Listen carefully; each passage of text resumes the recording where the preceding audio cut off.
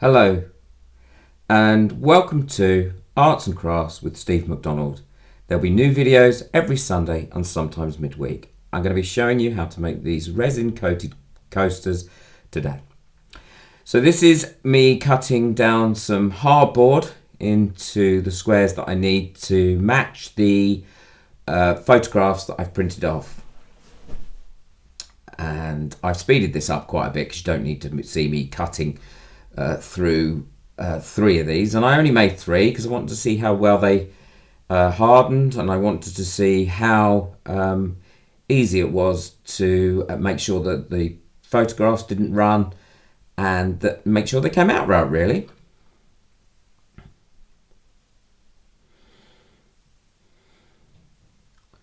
So there we go, I've got 3 of those. I'm going to give them a little bit of a sanding just to take the rough edges off the sides, because when you do cut it, it does kind of leave a little bit of wispy rough edges at the sides of them.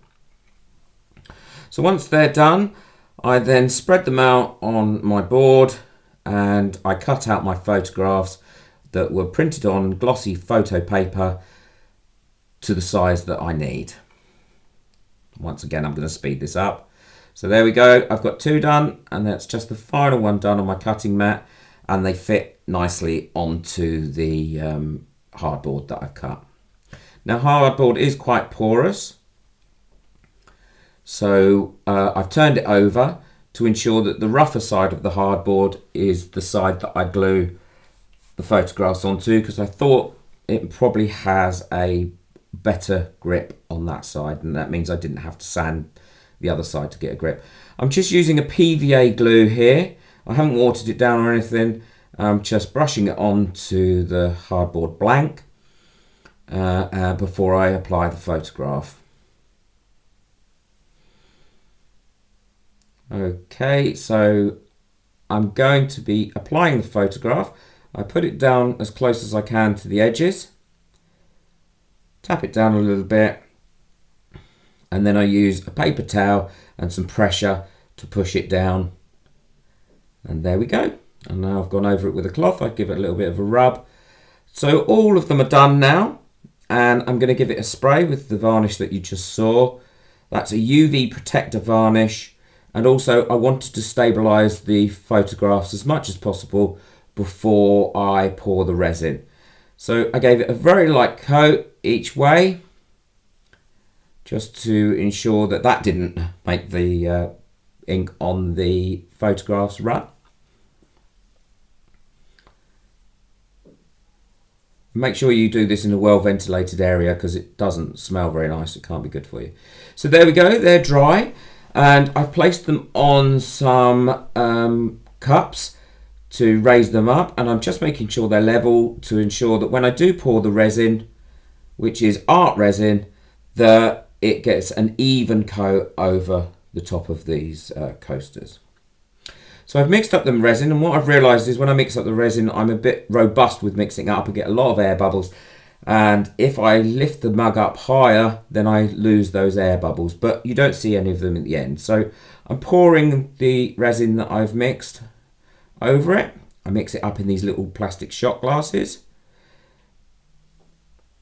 and I'm just giving it a spread around. Now you could put a tape border on these to ensure that it doesn't run over the edges, but I actually wanted it to run over the edges on these and coat the edges as well. So there we go, and as you can see, that is quite bubbly. It's almost opaque. So I'm just tapping around the sides now with the resin to ensure I've got an even coating on there.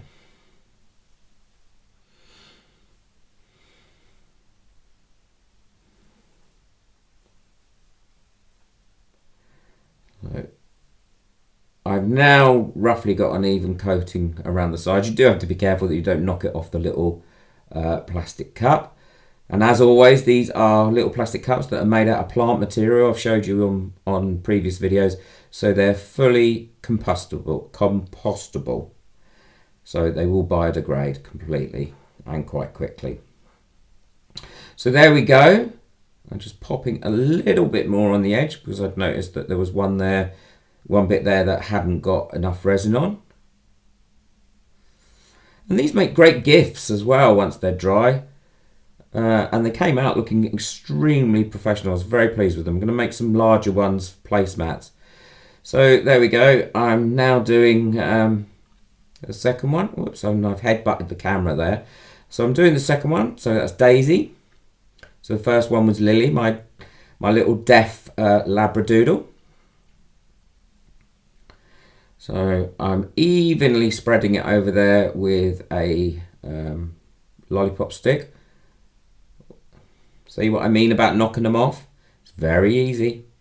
But I'm wearing gloves, so it's not going to hurt my hands or anything. Although this is completely non-toxic, this resin, which is great. It's a little bit expensive, but it's so easy to mix up. It's 50-50 mix, and it does seem to go quite a long way because I don't want a real heavy, thick coat on these.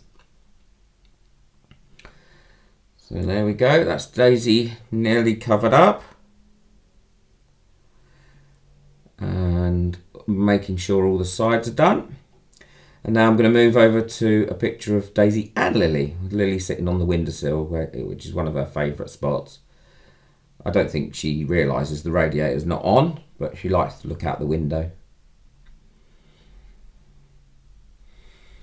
And as you can see, they haven't gone any more translucent. They are still quite opaque. But don't worry about that. That will go, and it went quite well. And I'll show you how I did that in a second. So I'm just finishing them off.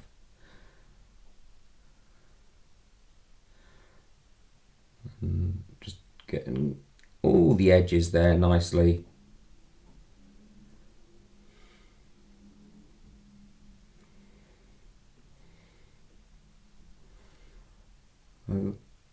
So there we go. I'm just straightening them up on the cups to make sure that they're not going to drop off. And clearing up some of my mess because I am a little messy. And I'm going over them now with a blowtorch, and as you can see, virtually straight away it's clearing some of those bubbles off. Now be careful, keep it moving all the time because you don't want it to catch a light. It doesn't if you keep it moving, but as you can see, that has got rid of a lot of those bubbles. Now you can use a heat gun for this as well.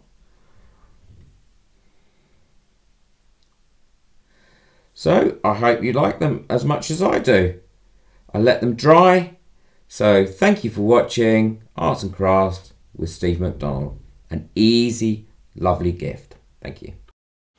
Please remember to like and subscribe. Bye.